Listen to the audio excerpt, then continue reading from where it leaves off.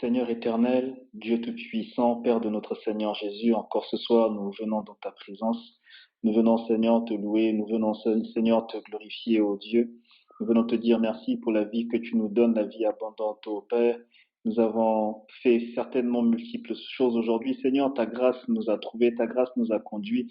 Et encore ce soir, nous voici réunis en ton nom. David pouvait dire, Seigneur, mieux vaut un jour dans ta présence que mille ailleurs. C'est pourquoi, Seigneur, nous voulons te confier et te consacrer ce temps, alors que nous voulons manger à table avec toi, selon qu'il est écrit que l'homme ne vivra pas de pain seulement, mais de toute parole qui sort de ta bouche. C'est pourquoi, ô Dieu, que la parole de ce soir soit celle qui sortira de ta bouche pour nous nourrir, Seigneur, pour nous donner la force, ô Dieu Tout-Puissant, pour nous réveiller, nous booster, ô Père, nous préparer, Seigneur, à ta rencontre, alors que le Seigneur Jésus, tu viens très bientôt, ô Dieu. Dispose nos cœurs, parle à nos cœurs, moi le premier, ô Père, que ramène toute pensée captive à l'obéissance de Christ, afin que toi seul règne, afin que toi seul domine, ô Dieu Tout-Puissant, que nos cœurs soient des vases disposés, Seigneur, à recueillir la parole qui vient du trône, ô Père. Parle à notre cœur, Seigneur. Enseigne-nous, ô Dieu. Dispose notre esprit afin que l'atmosphère divine, ô Dieu, prenne toute la place. Seigneur, nous prions et nous t'invitons au nom de Jésus-Christ. Que l'atmosphère divine domine, ô Dieu. Que la puissance du Saint-Esprit s'établisse dans nos vies, Seigneur. Te, nous te désirons encore ce soir, Seigneur Jésus. Nous te voulons encore ce soir, ô Dieu. Viens, Jésus, prends le contrôle, ô Père. Combien nos cœurs ont besoin de toi, combien nos cœurs sont assoiffés, ô Dieu Tout-Puissant, assoiffés de ta présence, assoiffés de toi seul, Saint-Esprit. Nous nous abandonnons à toi. Bénis, Seigneur, cette soirée. Bénis, Seigneur, ce temps d'échange, ô Dieu. Que l'atmosphère divine encore remplisse nos cœurs. Que l'atmosphère divine, ô Dieu Tout-Puissant, détende l'atmosphère afin que la vie puissante, ô Dieu, qui sort du trône de notre Seigneur Jésus nous soit communiquée. Nous voulons te dire merci et nous voulons confier ce temps en tes saintes et puissantes mains, Seigneur. Sois célébré, Père. Sois glorifié, ô Dieu. C'est au nom de Jésus, avec action de grâce et reconnaissance, que nous avons prié et nous disons Amen. Amen. Bonsoir encore ce soir. Bonsoir au frère Christian Dikim. Bonsoir au frère Odi. Bonsoir à la sœur Sarah, sœur Ariane, sœur Anita, sœur Abibata, sœur Anne-Grace. Bonsoir à toute la famille Fire. J'espère que vous allez tous bien et que certainement que vous avez eu une excellente journée pour ceux qui sont déjà le soir. Et pour ceux qui sont en journée, espérons que vous êtes en train de passer une excellente journée. Amen. Sans plus tarder, nous allons commencer avec notre message. Amen. Nous restons dans notre esprit de séminaire. Amen. C'est vrai qu'aujourd'hui, ce n'est pas le séminaire. La planification m'a choisi par la grâce de Dieu pour encore partager avec notre même thème. Amen. Nous restons dans notre thème principal de Jésus est venu libérer les captifs. Amen. Mais ce soir, nous allons voir un autre sous-thème. Amen. Ce soir, nous allons voir un autre sous-thème. Le sous-thème de ce soir porte sur la prison religieuse. Amen. Autrement dit, la prison de la religion. Ce soir, nous parlerons de la prison de la religion. Amen. Nous allons, par la grâce de Dieu, essayer d'étiqueter les points très importants liés à la prison de la religion. Mais avant, nous allons toujours relire notre texte de base. Amen. Pour rester dans le corps ou même dans le vif de notre sujet ou de notre thème. La Bible dit ceci, je vais lire dans Luc 4, versets 14 à 21. La Bible dit ceci, Jésus, revêtu de la puissance de l'Esprit, retourna en Galilée, et sa renommée se répandit dans tout le pays d'alentour. Il enseigna dans les synagogues, et il était glorifié par tous. Il se rendit à Nazareth, où il avait été élevé, et, selon sa coutume, il entra dans la synagogue le jour du sabbat. Il se leva pour faire la lecture, et on lui remit le livre du prophète Ésaïe. L'ayant déroulé, il trouva l'endroit où il était écrit L'Esprit du Seigneur est sur moi parce qu'il m'a oint pour annoncer une bonne nouvelle aux pauvres. Il m'a envoyé pour guérir ceux qui ont le cœur brisé, pour proclamer aux captifs la délivrance et aux aveugles le recouvrement de la vue, pour envoyer libres les opprimés, pour publier une année de grâce du Seigneur.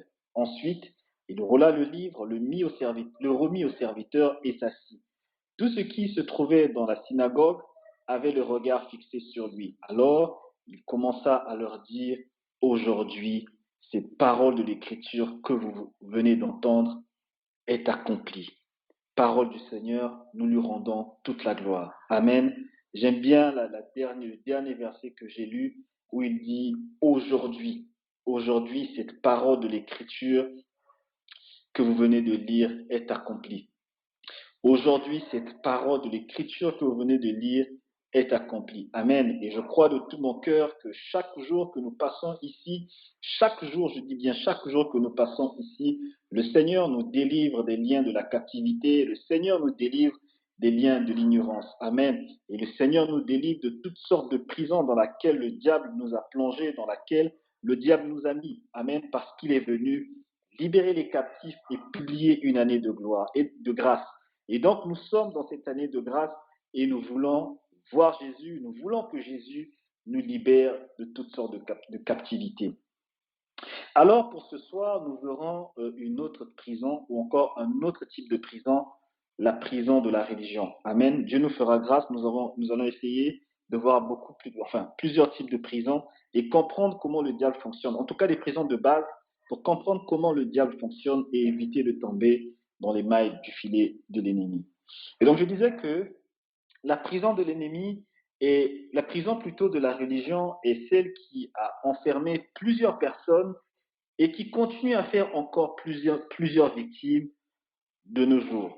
Amen. Alors, cette prison renferme tout type de personnes. Il ne s'agit pas seulement ici des gens qui font partie du monde. Amen. Ici, principalement ceux qui sont renfermés dans cette prison, c'est beaucoup plus ceux qui sont chrétiens, c'est beaucoup plus ceux qui sont croyants. Amen. C'est beaucoup plus ceux qui se trouvent dans la religion qui sont retenus par cette prison. Le diable ne voulait pas seulement agir à l'extérieur, ce que moi j'appelle extérieur ici, c'est-à-dire dans l'impudicité, dans la mode, dans toutes sortes de choses que nous connaissons, que nous avons par habitude à la base de rejeter. Le diable s'est infiltré dans notre camp, s'est infiltré au milieu des enfants de Dieu pour mieux se servir, pour mieux attacher ou combattre les enfants de Dieu. Amen.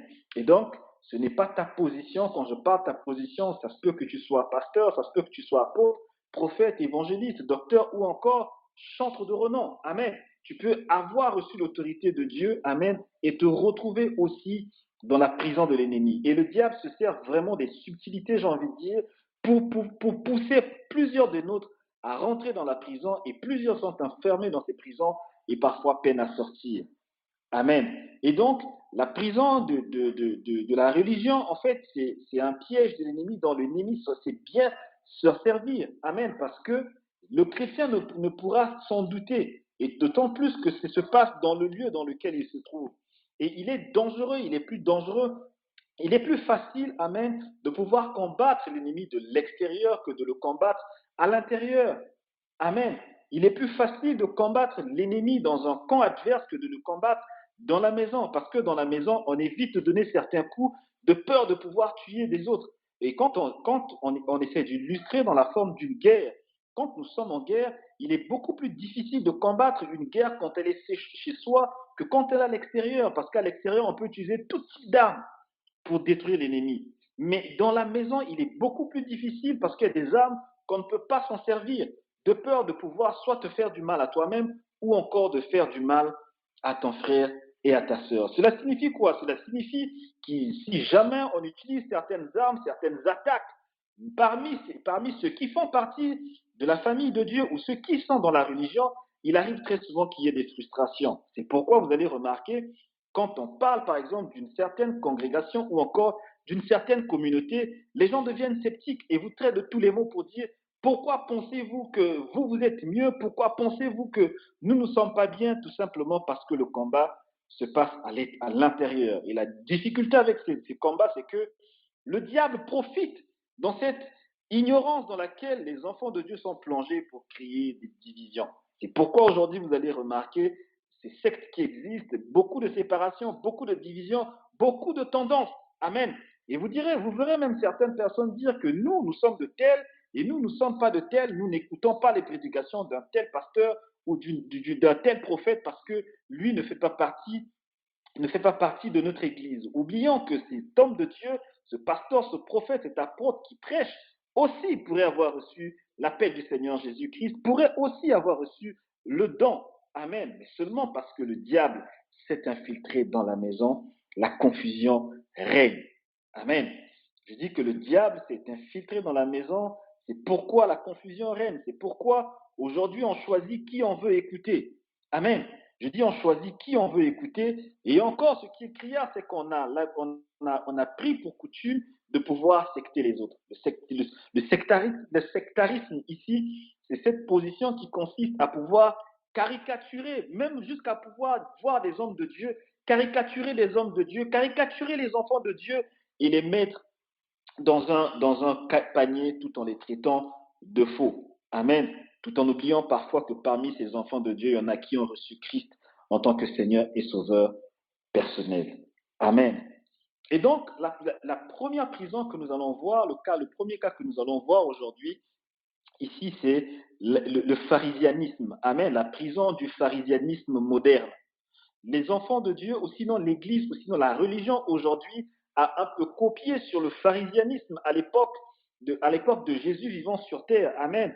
Le pharisianisme qui consistait à pouvoir entrer en opposition avec la vérité a été modernisé aujourd'hui. Amen. C'est-à-dire que le genre de personnes qui, entre griffes, détiennent la vérité, la seule vérité, amen, la seule vraie parole, amen, et qui font profession, je dirais qu'ils font profession, entre parenthèses, de la sainteté, de la piété, amen, alors qu'ils sont totalement dans l'égarement.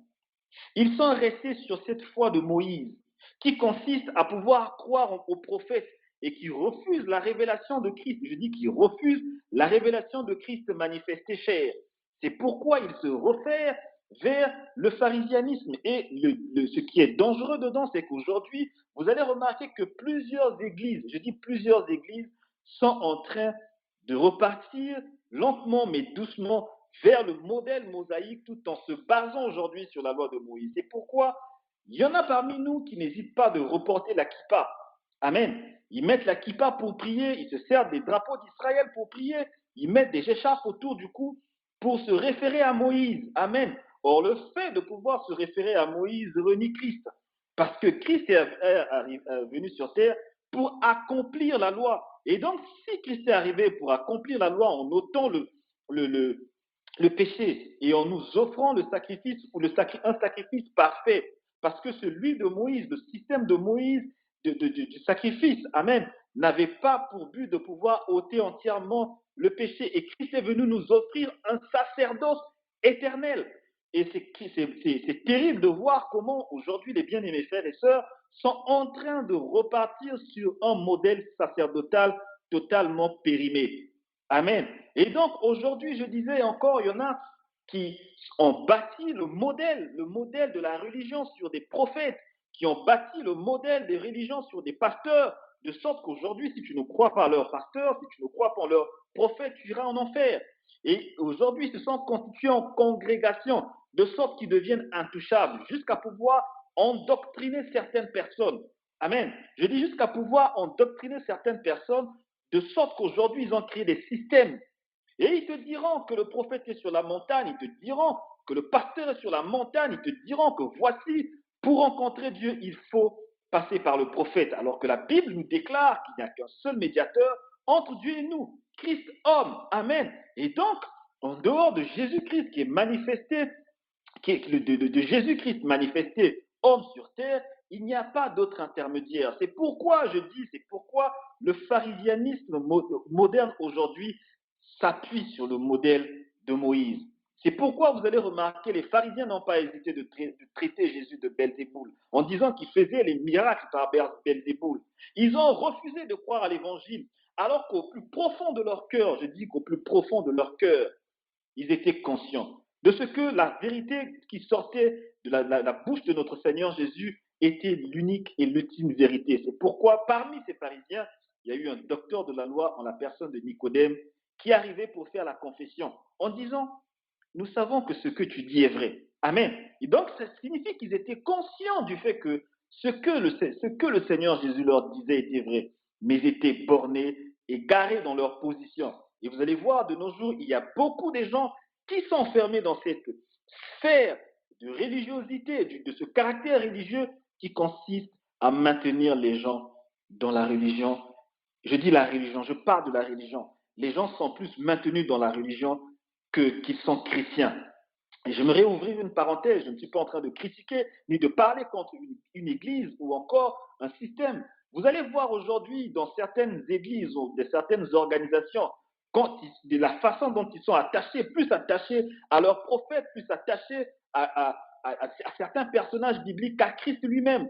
Aujourd'hui, permettez-vous de dire quelque chose contre Marie, vous allez voir comment les gens réagiront.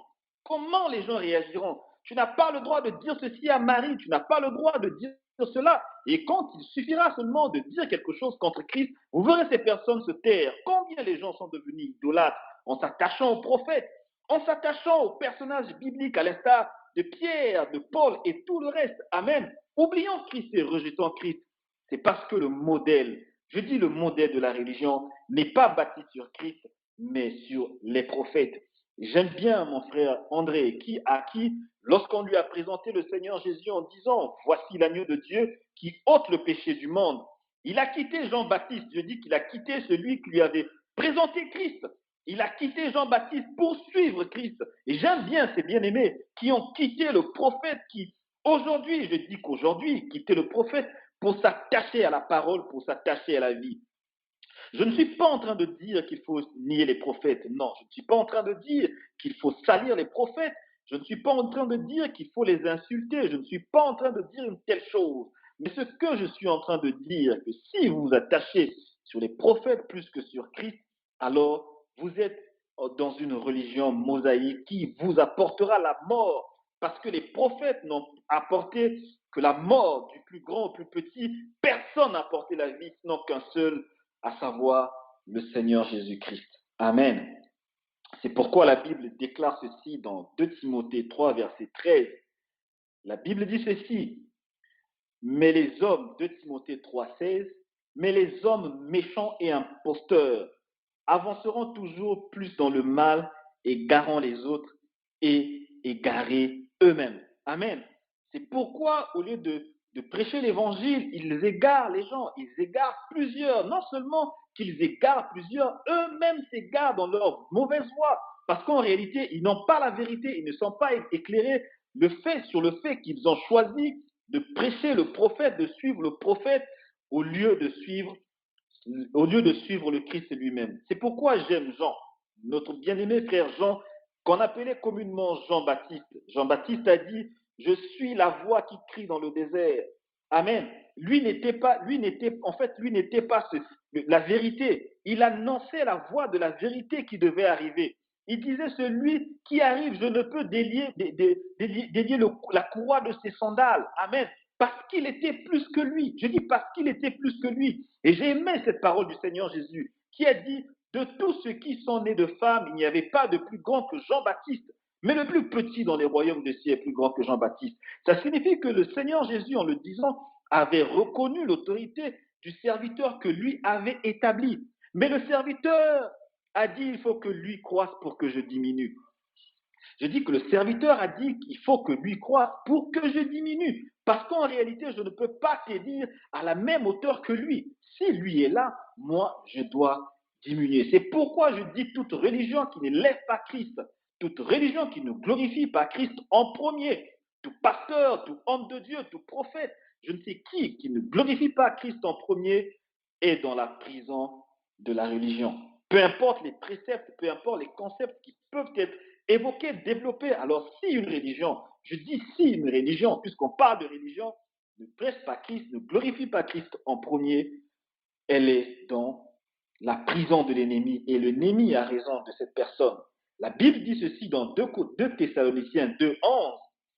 Aussi, Dieu leur envoie une puissance d'égarement pour qu'ils croient au mensonge, afin que tous ceux qui n'ont pas cru à la vérité, mais qui ont pris plaisir à l'injustice, soient condamnés. Amen.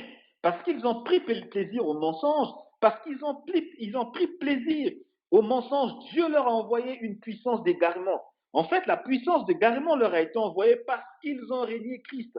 Amen. Or, nous savons que le plus grand péché, c'est de régner Christ. Le fait de régner Christ est un blasphème parce qu'en réalité, tu refuses la vie de Christ en toi. Tu refuses de reconnaître la vérité qui t'a été prêché par Christ. Amen. Et il y a encore un passage de la Bible qui dit, et j'aime ce passage de Romains 1, 18 à 19. Écoutez ce que la Bible dit. Je vais vraiment aller rapidement. La Bible dit que la colère de Dieu s'élève du ciel contre toute impiété et toute injustice des hommes qui retiennent injustement la vérité captive. Et verset 19, car ce qu'on peut connaître de Dieu est manifeste pour eux, Dieu le leur ayant fait, Dieu le leur ayant fait connaître. Amen. Permettez que j'aille jusqu'au verset 32. La Bible dit ceci au verset 20. En effet, les perfections invisibles de Dieu, sa puissance éternelle et sa divinité se voient comme à l'œil.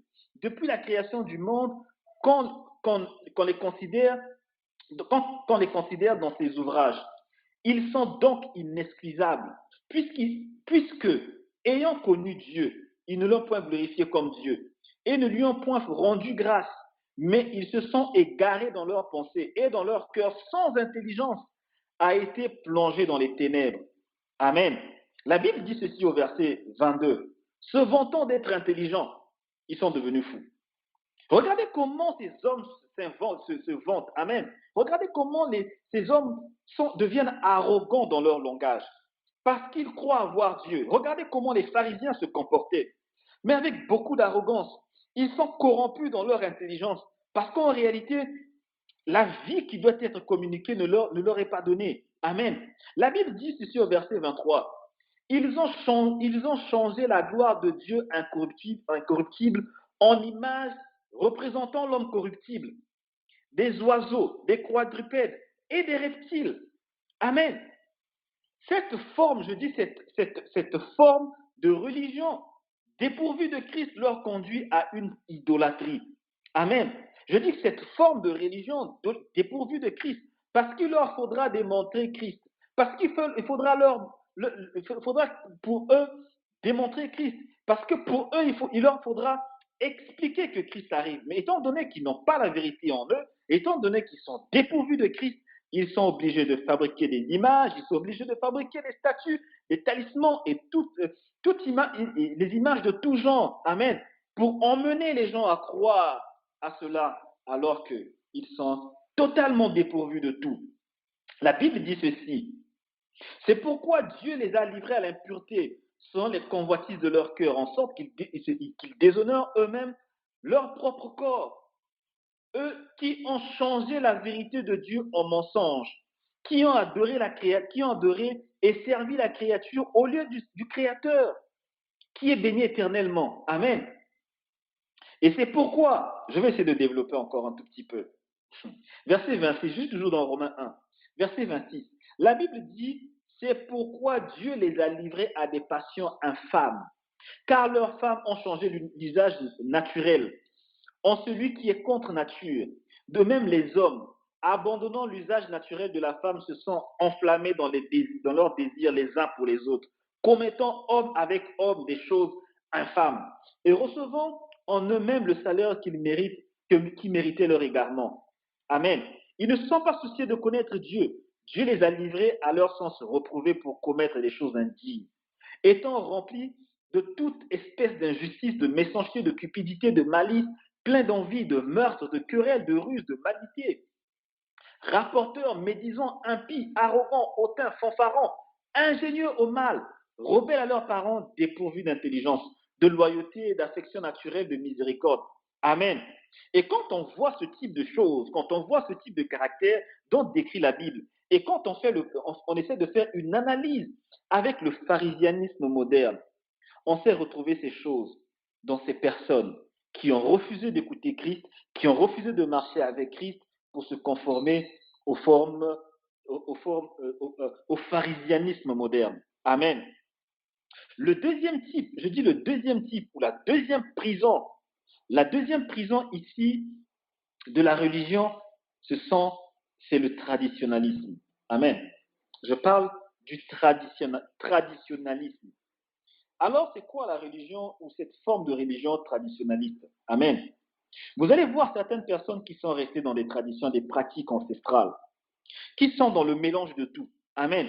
Ils sont restés dans leurs traditions, ils sont restés dans leurs coutumes, ils sont restés dans leur manière de faire. Ils confondent la sainte doctrine avec leur tradition. C'est pourquoi ils ont emmené l'animisme et l'idolâtrie au sein de la communauté. Parce qu'eux-mêmes sont égarés dans leurs pensées et sont pour la plupart dans la prison du diable. Amen. Vous allez voir aujourd'hui certaines personnes parler de Dieu, parler de la Bible. Mais quand vous regardez le type de pratique qu'ils font, ça n'a rien à voir avec l'évangile de Christ. Et vous allez voir ces personnes ramener des quadrupèdes, ramener le genre de sacrifice où il faut trancher la gorge d'un poulet pour faire ceci. Il faut couper la tête d'un agneau. On doit offrir ceci. Et à la fin, en fait, ils ont ramené le fétichisme moderne. Amen. Ils ont emmené à l'église le fétichisme moderne. Ils prêchent l'évangile. Amen. Je dis qu'ils prêchent l'évangile. Ils enseignent même Christ. Ils enseignent même la doctrine de Christ. Mais au-delà de ce qu'ils enseignent, je dis qu'au-delà de ce qu'ils enseignent, ils ramènent leur tradition. Amen. Ils associent Dieu avec leur divinité. Amen. Pour eux, ils te diront, vous savez, il n'existe qu'un seul Dieu. C'est Dieu qui a créé les herbes, c'est Dieu qui a créé les arbres et toutes sortes de choses qui arrivent. Mais on peut mélanger, tu peux venir pour qu'on te fasse un bain pour te purifier. Amen. Ils vont rapporter tout à l'écriture pour te convaincre et t'emmener dans l'abomination. Parce qu'en réalité, dans l'animisme, rien à voir avec Dieu. Amen. Je dis que l'idolâtrie n'a rien à voir avec Dieu. Ils adorent Baal, ils adorent Dagon, ils adorent la lune, ils adorent le soleil, ils adorent les astres. Et ils vont même jusqu'à adorer les anges. C'est pourquoi vous allez remarquer, ceux qui sont dans le traditionnalisme n'ont pas de limite d'adoration. Amen. Ils font toutes sortes de choses au nom, entre griffes de Dieu, alors que Dieu n'est pas avec eux. Ils sont restés dans les coutumes. Je dis qu'ils sont restés dans les coutumes ancestrales, tout en pensant glorifier Dieu alors qu'ils sont en train de vénérer le diable. Et le diable s'en frotte les mains tout simplement parce qu'il retient les gens prisonniers. Amen. C'est pourquoi j'aimerais encore dire ceci aux bien-aimés qui m'écoutent. Si tu es dans une religion ou si tu es dans une église qui pratique ce genre de choses, j'aimerais te dire, il faut que tu sortes de là. Parce que le diable vous maintient dans une prison, le diable vous maintient captif et vous voile pour que vous ne puissiez pas voir cela. Et j'aimerais encore dire ceci pour ceux qui sont dans les prisons traditionnalistes ou des prisons ancestrales. Amen. Christ n'a pas besoin qu'on coupe la tête d'un agneau pour te purifier. Christ n'a pas besoin qu'on te lave pour que, entre griffes, que tu aies de la chance pour que tes entreprises fonctionnent. Christ n'a pas besoin que tu allumes des bougies. Je dis que Christ n'a pas besoin que tu allumes des bougies et que tu fasses des messes noires pour que tes affaires fonctionnent ou pour que tu sois délivré de mauvais esprits. Christ n'en a mais vraiment pas besoin car lui seul suffit. Et je dis ce soir encore, Jésus seul suffit parce que lui seul est venu libérer les captifs. Et donc si tu portes sur ta main et peut-être autour de ta taille des talismans ou encore je sais pas, des coris, sous prétexte, je dis sous prétexte que la grand-mère ou l'ancêtre X ou Y te protège. J'aimerais encore te dire de sortir de ces choses parce qu'en réalité, le diable te maintient captif. Je dis ceci et je reprends. Si sur toi tu as une dent de panthère, si sur toi je dis que tu as une dent de panthère ou quelque chose qui t'a été remis de la part de tes parents ou de tes grands-parents, soi-disant, je dis soi-disant, que c'est le totem qui garde la famille. J'aimerais encore te dire que tu es dans une prison de la religion, une prison du traditionnalisme, une prison ancestrale dans laquelle le diable t'a enfermé parce qu'en réalité, il y a des démons géants qui te maintiennent prisonnier. Quand tu penses que c'est ton cori que tu as agité, ou encore c'est le balai que tu as mis sous le lit, ou encore sur la table, ou le petit piment que tu as mis sur la table pour que tu puisses vendre, je te dis encore ce soir, qu'en réalité, ce sont les démons qui travaillent à la place des anges. Ce sont des démons qui travaillent. Je dis que ce sont des démons qui travaillent. Et donc, si tu portes sur toi, je dis, si tu portes sur toi un quelconque objet qui t'a été donné, soi-disant pour te protéger, je me encore te dire ce soir que tu es dans la prison du diable.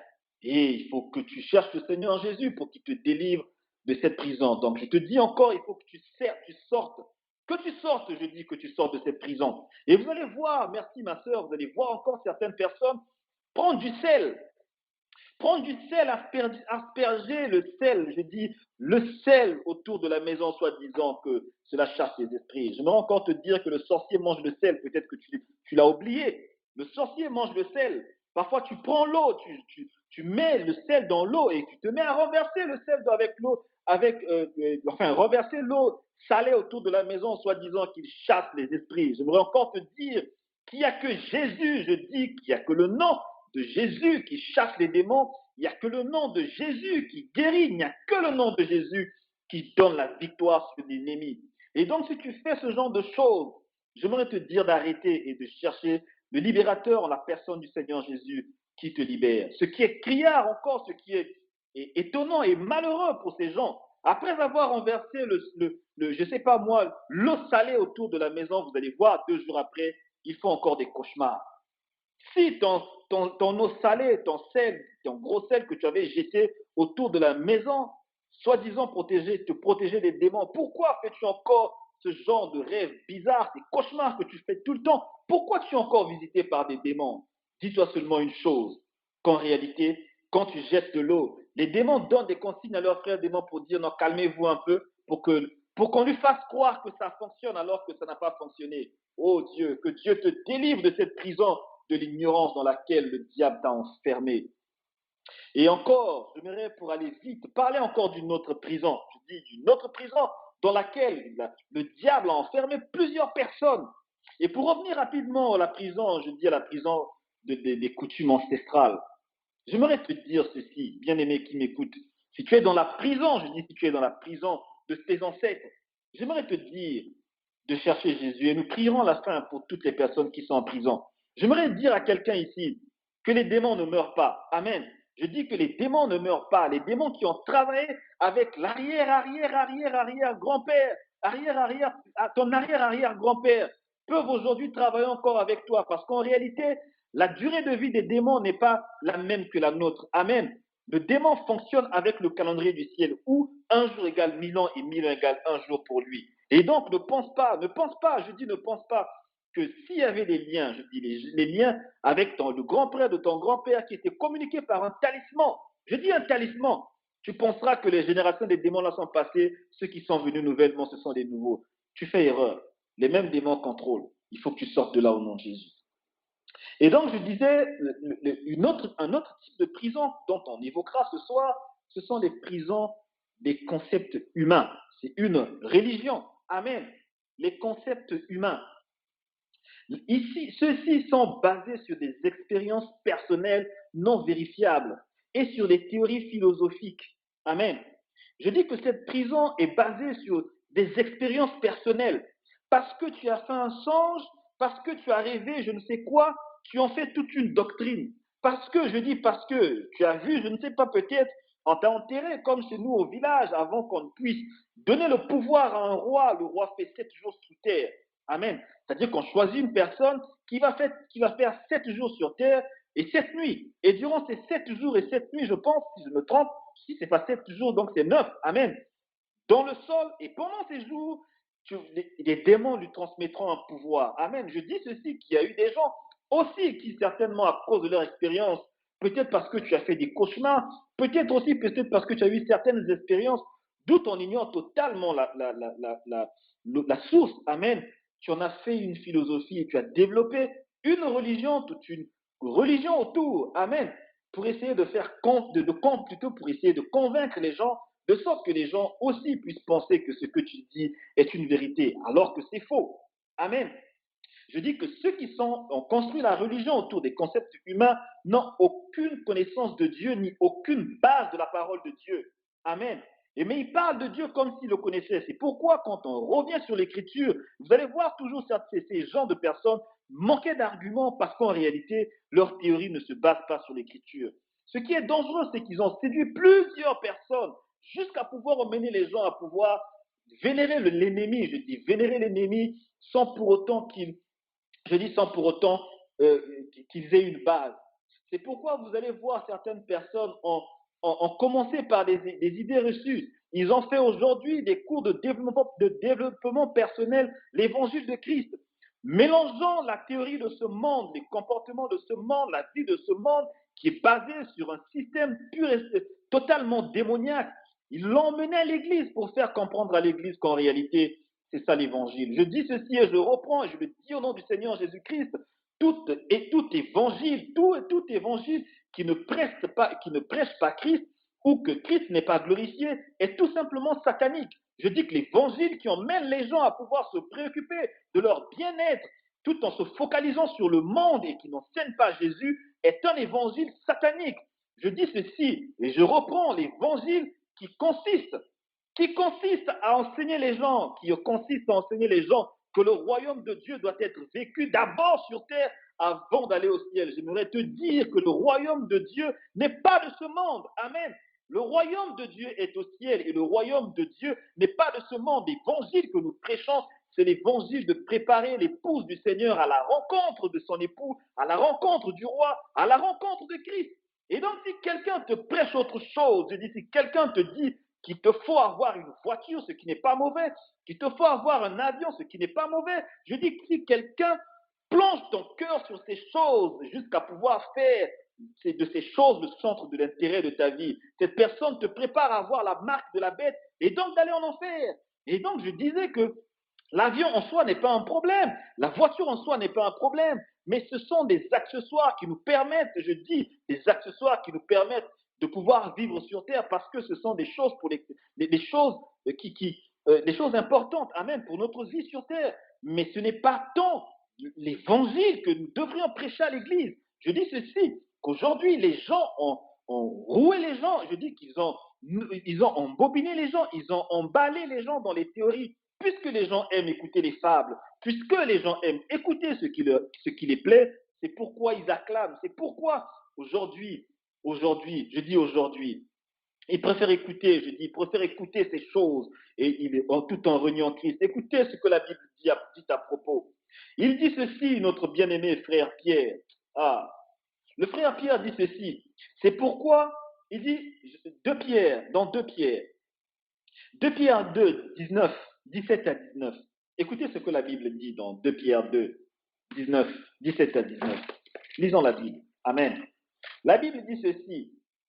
Ces gens-là sont des fontaines sans eau, des nuées qui chassent un tourbillon. L'obscurité des ténèbres leur est réservée. Avec des discours enflés de vanité, ils amorcent par la convoitise de la chair, par des dissolutions, ceux qui viennent à peine d'échapper aux hommes qui vivent dans l'égarement. Verset 19. Ils leur promettent la liberté quand ils sont eux-mêmes esclaves de la corruption, car chacun est esclave de celui qui a triomphé de lui. Amen. Et j'aimerais encore qu'on lise un autre passage. On va prendre Colossiens 2, versets 8 à 11. Écoutez ce que la Bible dit. C'est pourquoi nous devons aimer la vérité. Nous devons aimer l'évangile, car le Seigneur Jésus revient bientôt. Je dis Colossiens 2, 8 à 11. La Bible dit ceci. Prenez garde que personne ne fasse de vous sa foi par la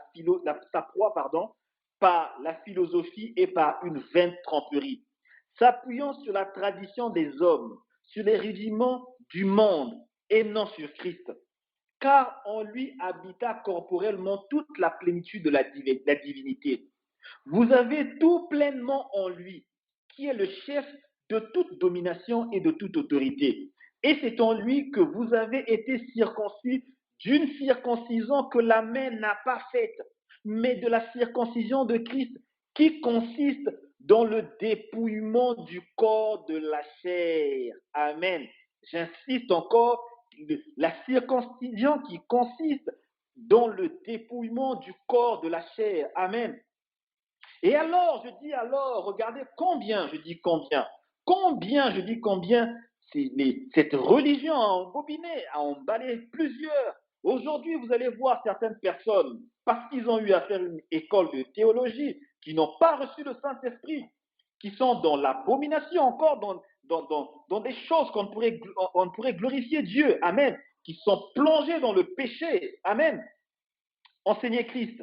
Et vous allez voir ces personnes parfois être des objets de scandale, parce qu'en réalité, ce qu'ils prêchent, ils prêchent l'homme et non Christ. Ils ne prêchent pas la vie de Christ, ils prêchent les théories qui leur ont été enseignées dans ces écoles bibliques. Je ne dis pas que l'école biblique est mauvaise, je ne dis pas qu'il ne faut pas faire la théologie. Je n'ai pas dit cela, mais je dis qu'il y en a parmi ces fils du diable, amen, qui se sont infiltrés dans le milieu chrétien, tout en pensant que l'évangile est le cours de développement personnel pour prêcher l'évangile. C'est pourquoi ils ont égaré plusieurs.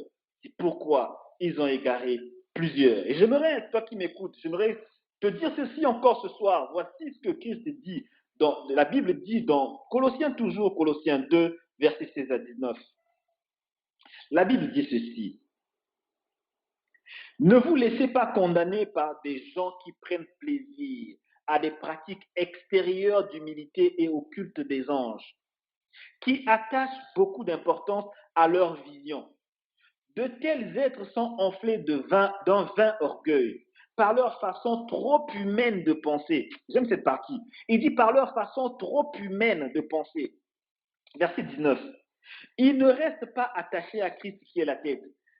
C'est pourtant grâce au Christ que le corps entier est nourri et bien uni par ses jointures et ses articulations, et qu'il grandit comme Dieu le veut. Amen. Parce qu'ils ne sont pas attachés à Christ, parce qu'ils sont attachés à leur vaine manière de faire. Amen. Ils ont renié Christ pour s'attacher aux doctrines qui ne glorifient en rien Jésus. Amen.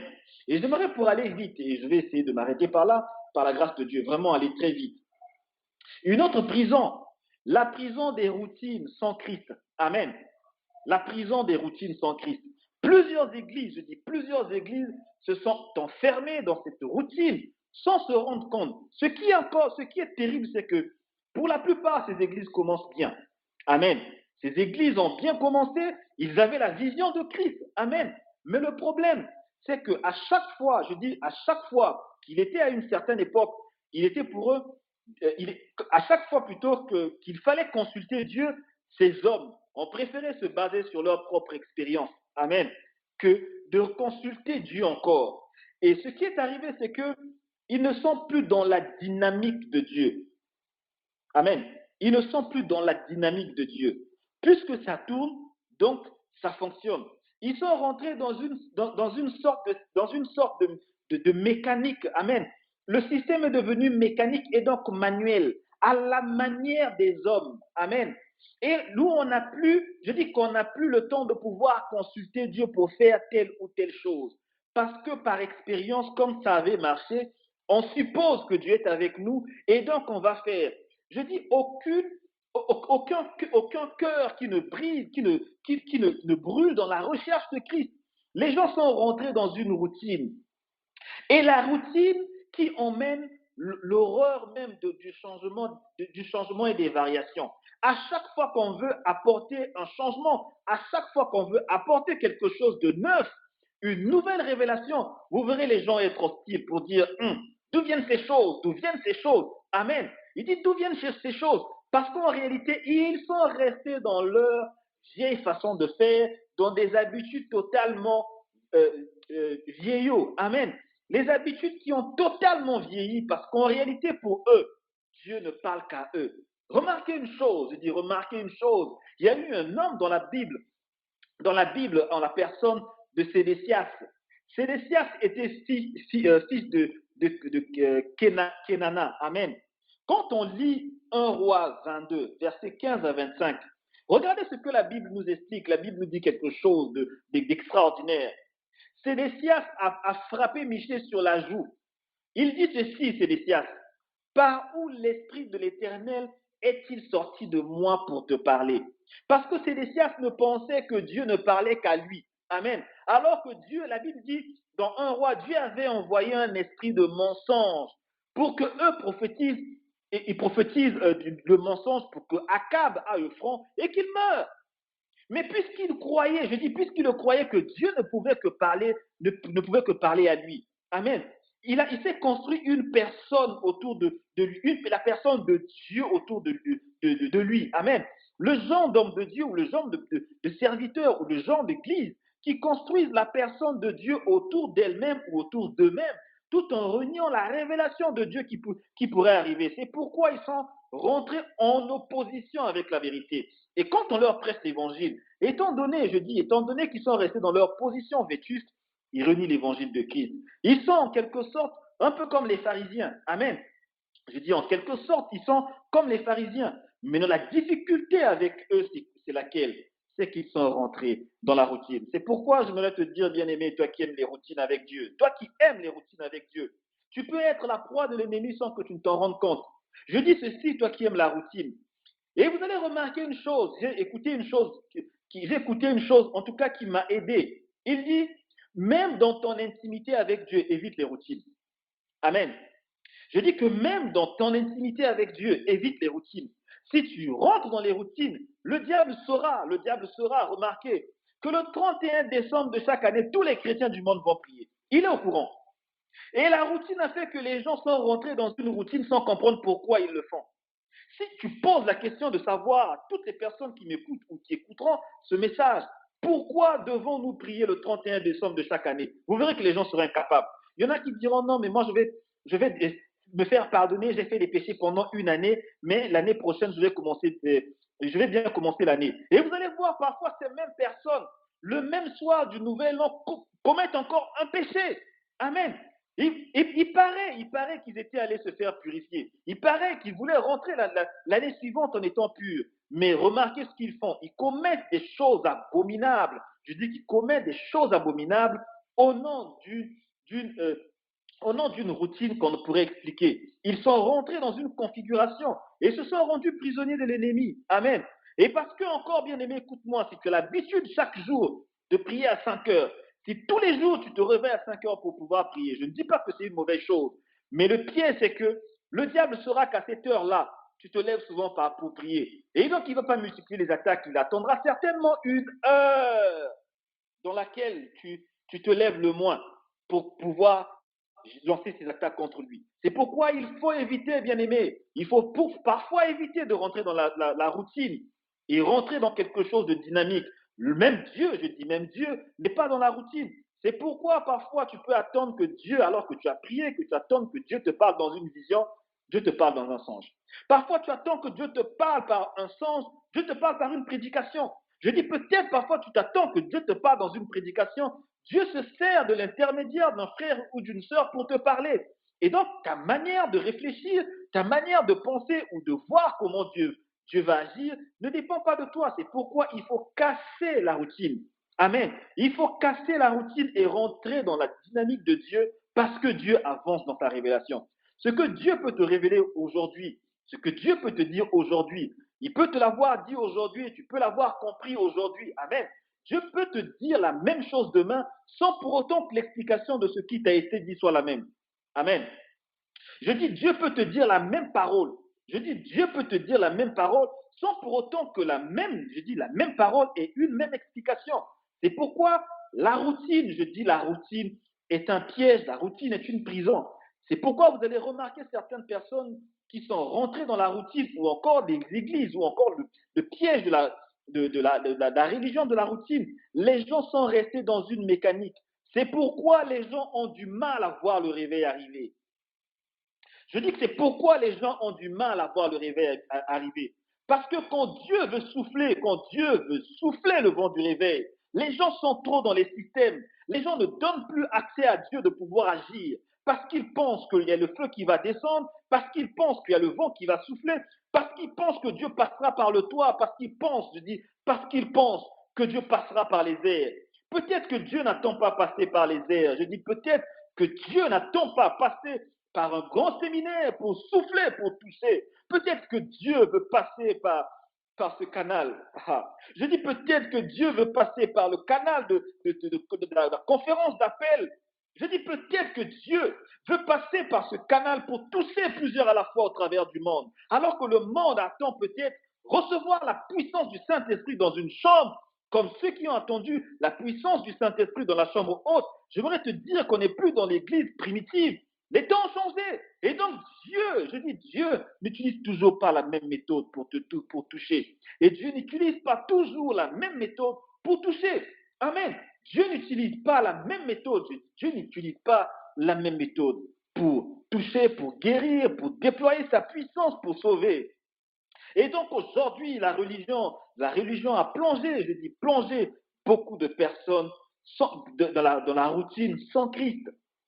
C'est pourquoi on fournit beaucoup d'efforts, je dis, c'est pourquoi on fournit beaucoup d'efforts. Regardez combien de campagnes d'évangélisation organisons-nous. Regardez combien de campagnes d'évangélisation organisons-nous.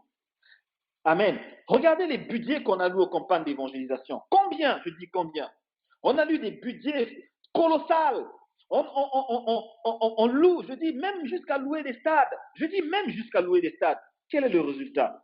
C'est pourquoi nous devons être humbles lorsque nous faisons des campagnes d'évangélisation. Parce qu'en réalité, les conférences et les campagnes d'évangélisation aujourd'hui ressemblent plus au théâtre, ressemblent plus au cirque qu'à une véritable campagne. Je dis, les campagnes d'aujourd'hui ressemblent plus à du théâtre. Et vous allez remarquer dans ces campagnes d'évangélisation, bien aimés, on va être sincère avec nous-mêmes. La majorité de ceux qui viennent assister à ces conférences ou à ces campagnes d'évangélisation, c'est plus des chrétiens que des païens. C'est plus des chrétiens qui viennent assister. On fait le mélange de brassage de plusieurs églises dans cette ville, le brassage de mélange de plusieurs, pour que le stade soit rempli, pour que la salle soit remplie. Donc, si on essaie d'évaluer par rapport au nombre de chrétiens, de païens, combien sont-ils? Et ce qui est terrible, je dis ce qui est terrible, regardez après avoir rassemblé, dépensé beaucoup de millions, dépensé beaucoup d'argent pour une campagne. Parfois, je dis parfois, on n'atteint même pas le nombre de 1000 convertis. Parfois, on n'atteint même pas le nombre de 3000 convertis. Parfois, on n'atteint pas le nombre de 5000 convertis. Pierre, je dis Pierre, je parle de Pierre. Remarquez dans Actes des Apôtres, le verset 2, lorsqu'il y a eu la diffusion du Saint-Esprit, la Bible nous parle d'un homme, je dis la Bible nous parle d'un homme en la personne de Pierre, alors que Pierre avait ouvert la bouche pour parler. Et j'aime ce que le bien-aimé frère Pierre avait dit. Ah, à la fin, il dit Jésus de Nazareth. Il a parlé de Jésus et la Bible dit qu'après qu'il ait eu à finir son discours, alors qu'il n'avait même pas fini, 3000 personnes, je dis 3000 personnes se sont converties à Christ.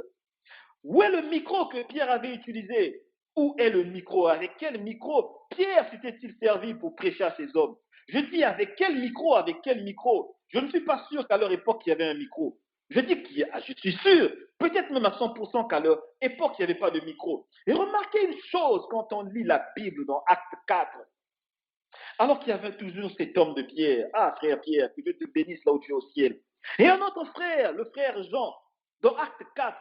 Vous allez remarquer les bien-aimés frères Jean et frères Pierre avaient ouvert leur bouche pour parler, alors qu'ils n'avaient pas de micro, ils n'avaient pas d'estrade. Ils n'avaient pas ce jour-là organisé une campagne avec des effigies, avec des banderoles pour attirer la foule. La Bible dit que ceux qui étaient là, alors qu'ils ont enseigné Jésus, la Bible dit que 5000 se convertirent. 5000. 5000 se convertirent ce jour-là. Où était le micro? Il n'y avait pas de micro. Il n'y avait pas de chair. Je dis qu'il n'y avait pas de chair. Ces hommes étaient debout certainement sur une sorte d'estrade, en train peut-être sur des marches, je dis, du temple, en train d'annoncer l'évangile de Christ. Alors qu'ils étaient en train d'annoncer, je dis qu'alors qu'ils étaient en train de parler de Christ, la puissance de la vie communiquée par le Saint-Esprit touchait ces gens, toucha ces gens qui étaient en train de les écouter. Et la Bible dit qu'il y a eu il y a eu 5000 environ, je dis environ, certainement plus, qui donnèrent leur vie à Christ. Bien-aimés, je dis bien-aimé, cela doit emmener une révolte. Je dis la révolte qui consiste à pouvoir sortir de cette routine, de cette religion, pour rechercher Christ, afin que le réveil descende, afin que l'évangile de Christ soit prêché avec puissance. Regardez comment nous, chrétiens, sommes aujourd'hui devenus plus spectateurs. Regardez comment nous, chrétiens, sommes devenus plus fanatiques, plus orientés vers des scandales que vers l'évangile de Christ. Alors qu'il y en a à l'époque qui prêchaient Christ, qui enseignaient Christ, qui ont été en train de dire, regardez regardez comment Jésus a été glorifié. Regardez l'attitude des chrétiens d'aujourd'hui. Amen. Dans quelle campagne d'évangélisation, je dis, dans quelle campagne d'évangélisation? Regardez encore une chose, je dis des choses qui font mal au cœur. Pierre à lui seul a emmené 3000 à Christ. Pierre avec Jean ont emmené 5000 à Christ.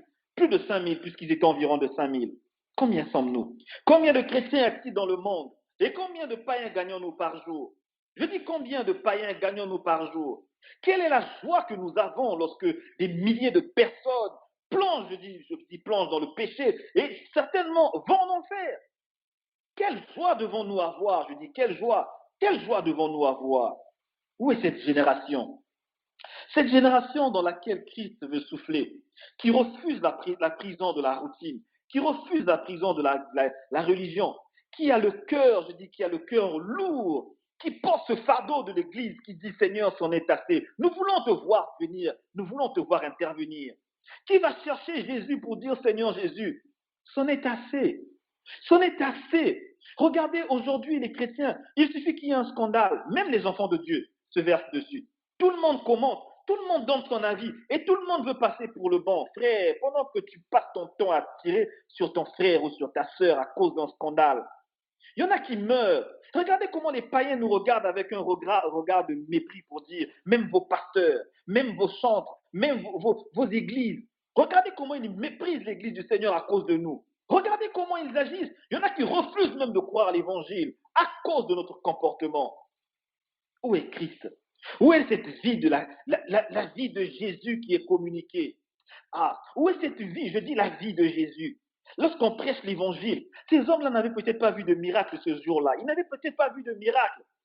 Mais la puissance de la parole du nom de Jésus, je dis la puissance de la parole du nom de Jésus avait touché leur cœur. Et ces hommes s'étaient retrouvés dans leur position pour dire non, c'en est assez. Je suis fatigué de la religion. Je veux suivre Jésus. Je veux suivre Jésus. Je suis fatigué de la prison de la religion, la prison du raisonnement, la prison pour faire des démonstrations, pour dire non, tu connais Apocalypse 32 qui n'existe pas. Tu commences à expliquer des phénomènes qui n'existent pas. Combien as-tu emmené à Christ? Combien? Je dis combien? Bien-aimé, j'aimerais compris. J'aimerais compris. J'aimerais qu'on continue toujours dans cette révolte, qu'on cherche le Seigneur Jésus, qu'on cherche le réveil. Je dis qu'on cherche la puissance. Tant qu'il n'y aura pas la puissance, je dis tant qu'il n'y aura pas la puissance du réveil, tant qu'il n'y aura pas ce vent, tant qu'il n'y aura pas des révoltés qui se diront en eux-mêmes que c'en est assez. Attendez, que cela sert-il à un homme? Qu'est-ce que cela nous sert? Je vais prendre un exemple avant qu'on puisse prier. Bien aimé, il y en a qui n'ont pas besoin, il y en a qui n'ont besoin de rien. Quand je dis besoin de rien là, l'argent, ils en ont. Les voitures, ils en ont. Les avions, ils en ont. En tout cas, dans le monde, tout ce que le monde peut offrir, ils en ont. Ils n'ont besoin de rien. Amen. Quand tu auras obtenu tout ce que tu cherches là, à la fin, tu auras quoi? Amen. Quand tu auras réuni tout ce que tu cherches dans la vie, si Dieu te le donne, Dieu te dit, ok, tu veux voiture, je te donne voiture. Tu veux avion, je te donne. Tu veux enfant, je te donne à foison. Tout ce que tu veux obtenir dans la vie, si Dieu te le donne, qu'est-ce que tu chercheras d'autre? Parce que si tu te poses cette question, tu vas te mettre à l'évidence qu'il y a plus important qui nous attend. Amen. Et s'il y a plus important qui nous attend, nous devons déchirer nos cœurs. Je dis que nous devons déchirer nos cœurs pour chercher Jésus. Nous devons déchirer nos cœurs parce que ces choses, je dis, ces choses, ces choses sont temporelles. Ces choses sont temporelles, bien-aimés. Je dis que ces choses ne durent qu'un moment. Regarde ce que tu avais porté, la plus belle montre que tu avais portée il y a 10 ans. Je dis, regarde le plus beau vêtement que tu avais porté il y a 20 ans, il y a 30 ans. Parfois, il ne te suffit même plus. Regarde le vêtement que tu as aimé quand tu avais 5 ans, le vêtement que tu as aimé quand tu avais 15 ans. Aujourd'hui, tu as grandi, tu es devenu un homme, tu es devenu une femme. Le vêtement que tu avais aimé à cette époque ne te suffit plus. Ça veut dire que ça passe. Alors, si tu plonges ton cœur à t'attacher aux choses qui périront demain ou à ces choses qui te laisseront demain, alors tu n'as rien compris. J'aimerais que tu pries avec ton cœur, que ton cœur désire encore Christ, que tu dises à Jésus, je ne suis pas satisfait, je ne peux pas être satisfait, je ne peux pas être satisfait, je ne peux pas être satisfait. Que ta gloire descende, que ta gloire descende, je dis que ta gloire descende, que ta gloire descende. J'aimerais qu'on élève nos voix. J'aimerais que tu prennes la position qui te convient, cette position peut-être de révolte, cette position qui dit à Dieu, Seigneur, c'en est assez. Je suis fatigué de cette routine. Je suis fatigué qu'on nous malmène, tout le temps malmène, jusqu'à devenir même des obstacles pour des païens. Au lieu qu'on leur donne la possibilité de recevoir la vie, au lieu que nous-mêmes soyons vecteurs de la vie de Christ envers ces personnes, nous sommes devenus comme des pharisiens, des objets d'obstacles. Nous sommes devenus des tombeaux blanchis. Au lieu de communiquer la vie, nous communiquons la mort. Par la médisance et toutes sortes de choses que nous voyons aujourd'hui. J'aimerais que tu élèves ta voix, que tu dises à Jésus, Seigneur, nous nous tournons vers toi parce que c'est toi le boss. Et comme je le dis, je l'appelle boss, parce que c'est lui le chef de l'Église. Nous nous tournons vers lui. Élevons nos voix et prions le Seigneur. Alléluia. Élève ta voix et prie. Prions le Seigneur Jésus. Alléluia. Seigneur Jésus, nous nous tournons, mais nous nous tournons encore vers toi, ô Dieu. Toi qui es le boss de l'Église, toi qui es la tête de l'Église, toi qui es notre chef, Seigneur. Interviens, ô Dieu, interviens, fais descendre ta gloire. Fais descendre ta gloire, Seigneur. Nous sommes fatigués, Seigneur, de cette forme de religion qui règne aujourd'hui, qui, au lieu, Seigneur, de préparer ton épouse, ô Dieu, s'attelle à pouvoir enseigner à ton épouse de se conformer au monde, alors que tu dis, Seigneur, dans ta parole, ne vous conformez pas au siècle présent, Seigneur. Nous voulons être transformés, Seigneur Jésus. Nous voulons être transformés. Nous voulons être changés, Seigneur. Nous voulons, oh Dieu, que tu nous changes, que tu nous transformes, que tu nous façonnes et que tu nous mettes à... Seigneur, que tu nous modèles, oh Dieu, afin que nous puissions te ressembler, Seigneur. Nous voulons être à ton image et à ta ressemblance. Nous voulons, Jésus, être comme toi, selon qu'il est écrit. Tel tu es, tel nous sommes, Seigneur. Alors si tu es saint, sanctifie-nous, oh Dieu. Alors Seigneur, si tu es puissant, que ton amour, Seigneur, puissant, ô Dieu, descende sur nous, Seigneur. Que ta grâce et ta gloire, Seigneur, nous inondent parce que nos cœurs sont assoiffés et nous avons besoin de toi, ô Dieu. Nous avons besoin de toi. Ton Église, ô Jésus, ton Église a besoin de toi, Seigneur. Nous voulons être prêts. Nous voulons, Seigneur, être prêts, ô Dieu. Alors que tu reviens bientôt, viens nous laver, viens nous purifier par ton sang, Seigneur. Que ta gloire encore descende sur nous. Oh Dieu, nos cœurs sont assoiffés, mais nos cœurs sont assoiffés, Seigneur Jésus. Descends ta gloire, Seigneur, parce que nous ne sommes pas satisfaits, oh Dieu, de ce qui se passe. Nous ne sommes pas satisfaits, oh Dieu. Seigneur, que nos prières puissent être agréées devant ta face pour la gloire de ton Saint-Nom. C'est avec action de grâce et reconnaissance. Et c'est au nom de Jésus que nous avons demandé. Et nous disons Amen. Amen. Amen, amen, amen. Que Dieu nous bénisse. Amen.